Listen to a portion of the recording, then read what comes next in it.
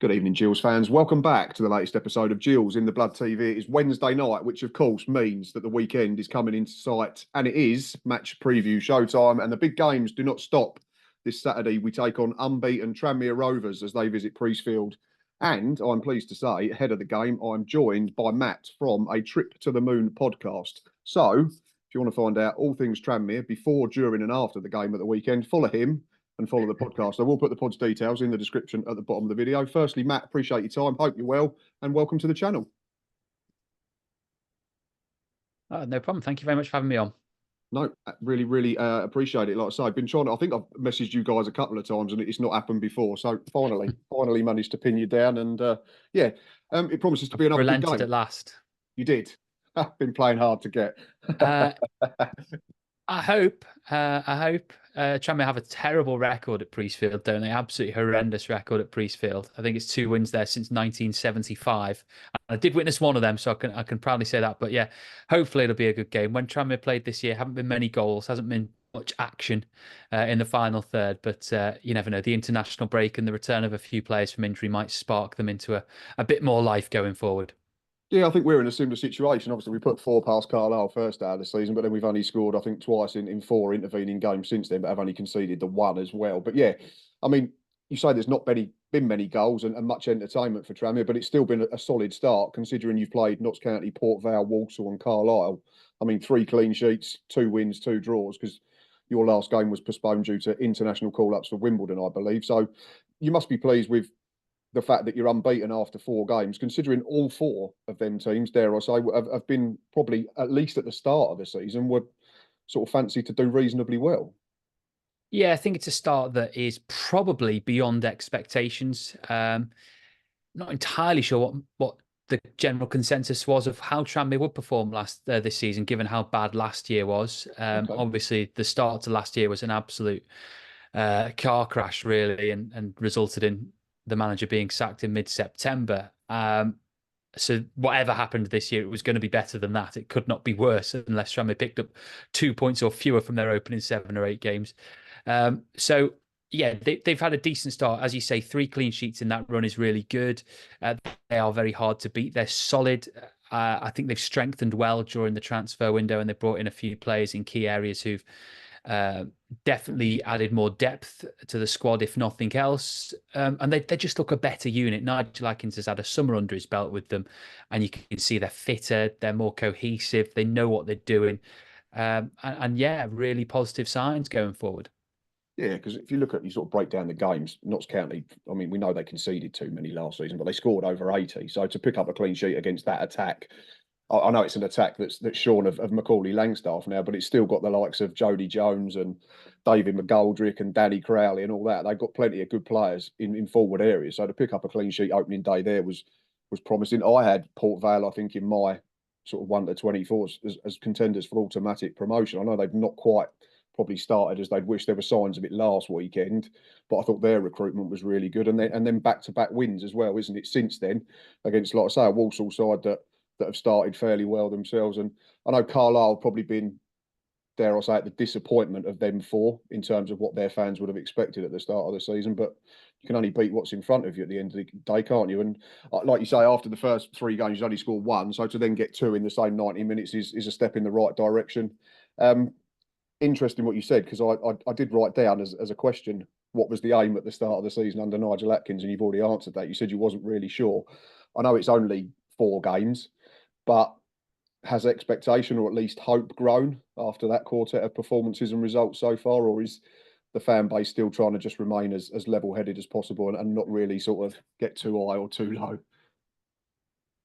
It's a hard one to answer because to quantify what I was saying earlier, even though I say I'm not entirely sure what the general consensus for expectations this season were on the 1st of August, I do feel that, and you Gillingham fans may agree, you may completely disagree, but from my point of view, the league this year is as open as it's been for well, certainly 2 years ago, it was pretty open. But this last season, it was we went into that season, you knew Wrexham were going to be up there. You knew Stockport were going to be up there. At some point, it was going to click for Mansfield. They've been threatening to do it for several years.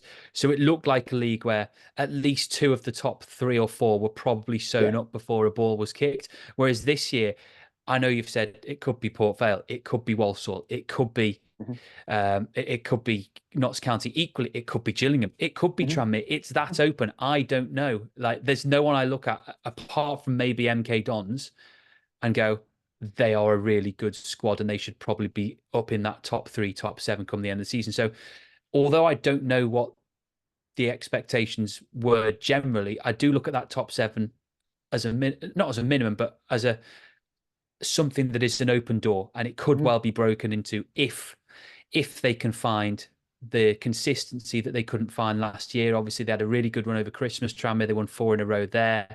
There were a couple of other little mini periods under Nigel Adkins, but then fell away again quite alarmingly towards the back end of the season. The thing for me, I think the squad has been strengthened a lot. Amari Patrick, I think, is a really good signing. Cameron Norman's come in at right back from MK Dons, who I think is a significant addition to the squad. They've brought Sam Finley in from Bristol Rovers. Haven't seen him kick a ball yet because he's been injured, but I've liked what I've seen from him in the past.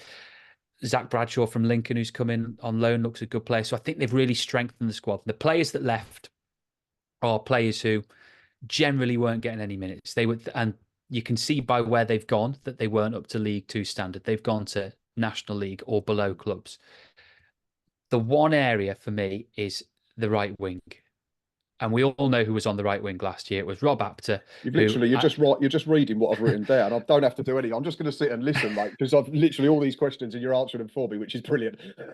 Well, for me, Rob Apter was. I didn't see a better player in League Two than Rob Apter last year. Now, people may disagree with it, but I've spoken to players who were in the squad at Tranmere last year, and they tell me Rob Apter single-handedly almost kept Tranmere up. Like, he came in.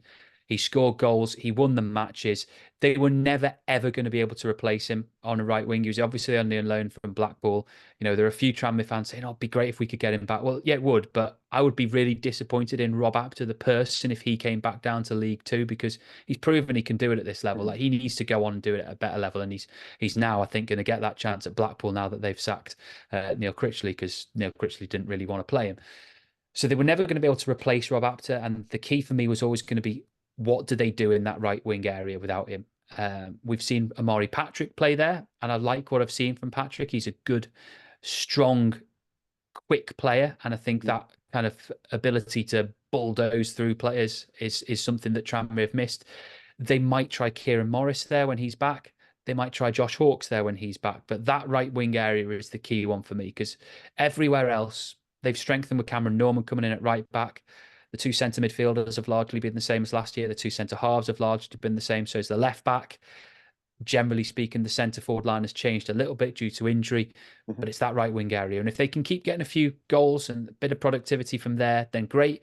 Otherwise, it's up to other players to stand up and start adding a few goals to the game, particularly the front two. There wasn't enough in terms of goals from the front two last year.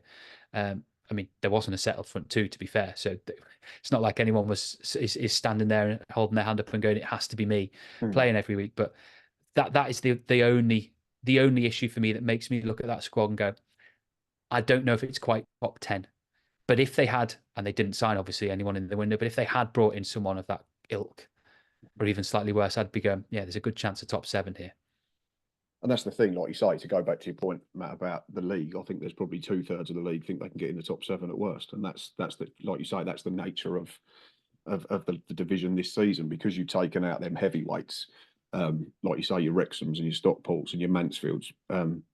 There's just so many teams that I think are ultimately going to end up very disappointed, because you could have a fan base that thinks they're due to be in the top 7 and they could ultimately finish 15th, 16th. Like in my 1 to 24s, I've got Barrow like a lot lower down than where they've been the last 2 years. And that's for a couple of reasons. I didn't rate Stephen Clements when he was with Gillingham, and they lost Pete Wild, who'd done a very good job, but they've started like an absolute train and are making me humble pie at the moment. So I think I just think there's a lot of teams that have got so much sort of flexibility in terms of where they could finish. Like you say with Gillingham could win the league, but if they go on a bad run, they could finish 10th, 11th, 12th. Tranmere could finish 13th, 14th, but if they get it together, strengthen in January, could finish third, fourth, fifth. It's that type of division, I think, this season, isn't it, for lots and lots of clubs?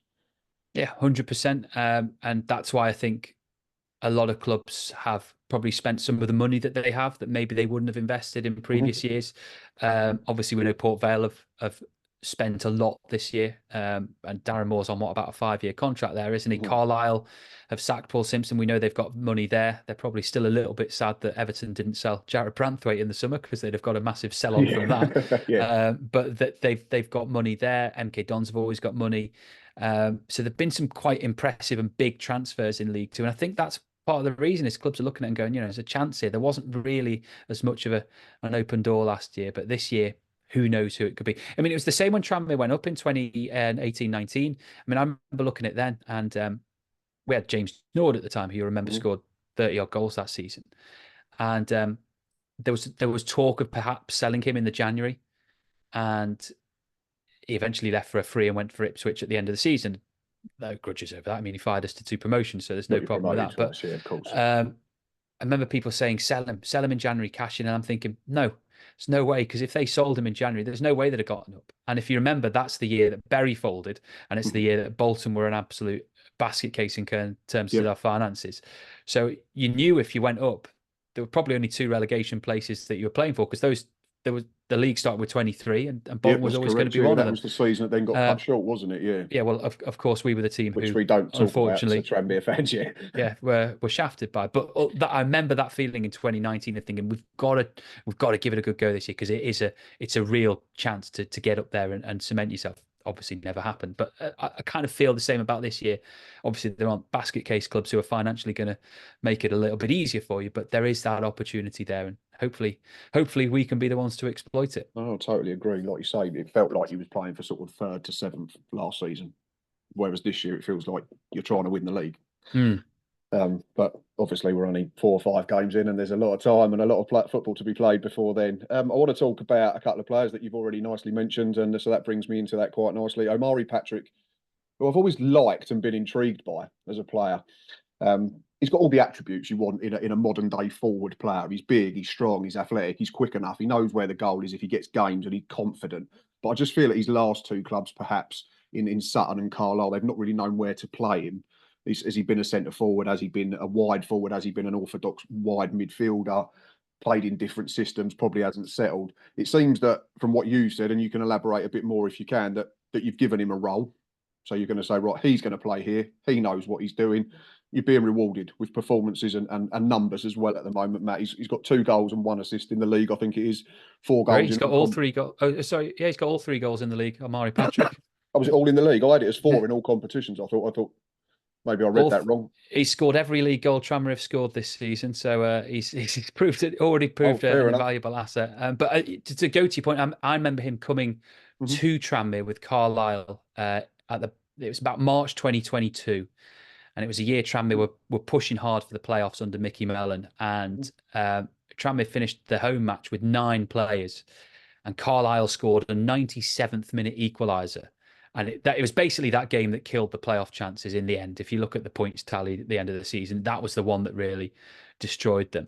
And Patrick was brilliant that day. He was absolutely superb. And he's someone that I've kept an eye on ever since. And he's been excellent for Tranmere since he came in. He's not quite had that role, interestingly, what you say. He's played centre forward. He played on the right at Carlisle a couple of weeks ago when he got a brace. So he's someone who has added versatility to the squad, which I think is crucial at this level. I think you need players who can play in 2 or 3 positions and do both of them or all 3 equally effectively, because you're going to be hit by injuries like Tranmere have. And you need to be able to utilise the squad in different ways. So he's been really good. It's his pace and power for me. I don't think we had anyone else who had that pace and power. We've got Harvey Saunders, who's got pace, but he doesn't really do much with it. He just runs and then doesn't have the end product. Patrick's got the pace and the power, and those 2 combined in League Two. If the player is happy and settled and used in the right way, they can be absolutely lethal. Fair enough, then. So that's interesting, like I say, because he's always struck me as being a player that's got loads of ability. He's just never sort of managed to grasp the nettle in one particular position. But I appreciate the point. You do need players at this level because of the finances, where you've got people that need to be versatile and fill in gaps, because injuries and suspension are always going to play a part throughout the season. The other one that you've mentioned, and I want to talk about in a bit more detail, is Cameron Norman, has come in from MK Dons. I think another one who can play a couple of positions, can play as I think as a wide centre half at a push, and play as an orthodox fullback or as a wing back. I think looking at some apps and lineups of yours this season, he's been playing as an orthodox right back. Is that correct? That is correct. And to be And honest, I was staggered when Tranmere got him through the door. I just, it's not a signing that I saw coming. He's always played down at Newport or at MK for the last year, and he's always impressed. And you just kind of look at him and think, probably out of what Tranmere are looking to do, or Tranmere probably below where he wants to be, if that makes sense. But to get him through the door was a real coup, a huge upgrade on Leo Connor, who was playing at right back last year. And that's no slight on Leo Connor. He's just got more to his game attacking wise, which Leo Connor doesn't. And as such, O'Connor's been able to move back into centre midfield where he can be a bit of a destroyer. And I think he's probably better utilised there. So it's worked in two ways, having Norman in, but he's just been brilliant. He's so consistent. You'll have seen it when he's played against Gillingham in the past. He's a 7 or 8 out of 10 every week. Against us a couple of seasons ago for Newport, actually, when they beat us. Yeah, I'm sure he scored a header. Yeah, he's a threat from set pieces. He's massive, isn't he? So he's good in both boxes. That, I know that's a bit of a cliche, but he is. He can edit and clear it in one box, and then he's a threat for set plays in the other. But yeah, it was a good signing. And you sort of go back a couple of years to Tranmere, and they probably had the two best fullbacks in the division at the time. Was it Dacris Cogley on the right, and the lad, I forgot his name. Bristow then ended up going to somewhere in America, and he's Minnesota. He went, and then he ended up back at Stockport on loan last season. So the standard is high if you look at recent history of Tranmere in terms of fullbacks. I'm not saying that Norman's going to be as good as Dacris Cogley was for you, but it's like you say, it's certainly an upgrade. And if it in turn means that someone else can go and play in their favoured position and strengthen you there as well, then it's an absolute win-win situation. And yeah, I think it's 3 clean sheets already for Cameron Norman. So doing what you want him to do, isn't he? And in Patrick, goals and assists, that's what you want him to do, which is a great start. In terms of others, because there are other signings, and I don't want to just say that it's just down to Amari Patrick and Cameron Norman. Is there anyone else that's come in or existing in the squad that's gone a bit under the radar so far, that's playing a key part? Well, interestingly, I don't know if you saw it, but there was a little graphic that did the rounds on Twitter a few days ago, and it was calculating the percentage of minutes that have been played by players who were at their club last season who were involved in the first team this year. Okay. So basically, players who were part of the 2023-24 squad for that team who are still playing for that team this year, and how many minutes they played. And if you'd asked a Tranmere fan at the end of last season, how many of the players in the squad do you actually really want to see at Tranmere next year? You'd have probably got 5 or 6 at a push. Okay. It wasn't a good season. There were a few players who people were a little bit fed up with, but Nigel Atkins stuck by them, and he's used a lot of them, and Tranmere staggeringly a 2nd on that list for the minutes of played by players who were still at the club from last season. I think it's about 79%. So it's only Patrick and Norman who've really come in and cemented their places, and Josh Davison up top. There've been other players who've come in and played little bit parts. Zach Bradshaw's had a couple of injury problems, but he's been in there a little bit. But some of the players who've come in have all gone out injured. Declan Drysdale, ex-Newport, returning to Tranmere, injured. Finlay, I've already mentioned, is out injured. So we had him on loan a couple of years ago. Drysdale, yeah. So there's a few players that they brought in who they haven't been able to play, in fairness. But it's interesting that a squad that performed as they did last season has largely, with the same players, been able to do what they've done so far to start the season. It's only 4 games, so a long way to go yet. But Connor Jennings for me is the one. Connor's in his 2nd stint at Tranmere. He scored the goal that got us promoted in 2019. Top scorer last season. Again, he's been played a little bit on the left wing this year. He's not a left winger. He was, when he was at Tranmere in his first stint, able to play on the left wing because he was a little bit younger and had a little bit more legs. He's only there out of necessity because Hawkes, Taylor, Morris have all been out injured. But he's the key for me. He's the kind of player who can find a pass, he can unlock a defence, he can score a goal from 20 yards, he'll get in the box for the right place for a header. I mean, he's been around this level before. He's been successful for Tranmere in previous stints, as I say, a double promotion winner, 1 promotion with Stockport. For me, he's the player in the squad that I think is the leader, if you like, the one that a quiet leader everyone looks up to. Also, Brad Walker's been excellent at centre-half. Don't know if he's going to be back. He missed the Carlisle game with injury, but he's usually a centre-mid. He's played centre-half because Turnbull or Davis have alternated who's been out. There's a few there who've performed well. I mean, I could go through the whole squad because they've all done well. But you know, for Well, yeah, me, you're unbeaten for a reason, aren't you? At the end of the day, so no one's underperforming too much, I can imagine. the other one I've got to mention is McGee, the goalkeeper. Again, it baffles me that Forest Green were happy to let him go, Luke McGee. When Tranmere got him last season, it was a real coup. He's a phenomenal goalkeeper for this level. He really is. And 3 clean sheets in 4 games absolutely speaks for itself with him. Yeah, I was remembering being at Peterborough a few years ago in League One when we was playing him, and he was a good keeper back then. And I mean, you know, keepers seem to go on forever and ever these days. So yeah, probably one of the best at the level still. So now I'm a little confused because we have all this talk of minutes being played by the same players last season and this season, and you're saying you look much better this season. You've got 1 or 2 that have come in and made a real impact from the off in terms of new signings. So are we saying that we're not missing Rob Apter too much? No, I think they still miss Or him. are we saying that eventually further down the line it might become more of an issue and you might notice just how good Rob Apter was? But I suppose my question, Matt, is, and you sort of touched on it at the start of the show and said we might need a little bit more stardust to get right into the top position. So is that sort of Rob Apter player, that difference maker, the sort of player that you still might need to get through the door at some point, that might be the difference between 8th, 7th, or 2nd, 3rd, dare I say it? I think so. I think it's chance creation that he had the ability to do. That, you know, there's a reason Tranmere have only scored 3 league goals in 4 games. And if you were to dig into the stats of how many shots they actually had in those matches, particularly the opening 2, the 2-0 draws against Walsall and Port Vale, it'd be low. It's chance creation that's the key. You know, Rob Apter had the ability to cut in from the right wing, get onto his left foot and whip a shot or a cross in, and he could do it on his right as well. It didn't matter if he went on the outside. So it's that chance creation that they don't have necessarily as effectively now. And I hope it doesn't come to bite them, because they are going to need to be clinical when the chances come their way. But for me, that is the thing that I would worry about, is whether they can create the number of opportunities they need to put games to bed.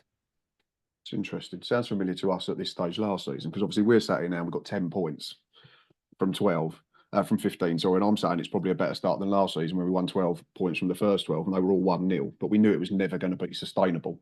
And chances are you need to start scoring goals more than you need to keeping clean sheets. You're not going to win the league or get promoted based on not conceding loads. At some point, you need to start scoring more, and that's been our issue for probably 3 seasons. So yeah, it'd be interesting to keep an eye on Tranmere. Obviously, I hope that they draw a blank Saturday afternoon from a Gillingham perspective. But yeah, certainly something to keep an eye on. Last couple of bits before we start wrapping this up. Obviously, I say this every week. We record on a Wednesday, which is before the press conferences are generally done on a Thursday. But early team news for Gills. It looks like we're going to be without Aaron Rowe, Jake Turner, Timmy Dieng. There's probably still doubts over Connor Masterson, Robbie McKenzie, Bradley Dack. So this injury crisis of ours shows no sign of abating. Similar to what you've said, it seems that you get one back and then 1 or 2 drop down and have to go and see the treatment table. So that's just us briefly.